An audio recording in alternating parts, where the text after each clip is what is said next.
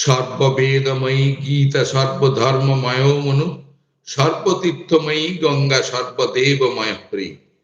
পাদস্য পার্থ পাদং বা শ্লোকং শ্লোক ধর্মে বা নিত্যং ধারায়তি যস্তুস্বামোক্ষমধিগচ্ছতি।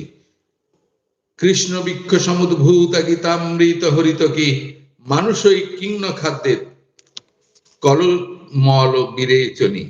গঙ্গা গীতা তথা ভিক্ষু কপিলাস্যস্ত সেবনম বাসরং পদ্মনবস্য পাবনং কিং কলৌ যুগে। গীতাসু গীতা কর্তব্য কিমন্বয় শাস্ত্র বিস্তরয় যাস্বয়ং পদ্মনবস্য মুখপদ্মাৎ বিনিসৃতা আপদং নরকং ঘোরং গীতাধ্যায়ী নপশ্যতি।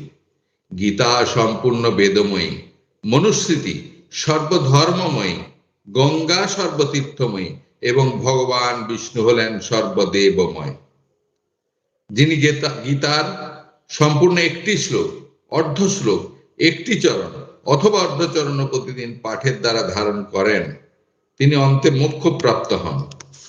শ্রীকৃষ্ণ রূপী বৃক্ষ হতে আবির্ভূত গীতারূপ অমৃতময়ী হরিত কি মানুষ কেন ভক্ষণ করে না, যা কলির সমস্ত মলকে দেহ হতে নিষ্কাশ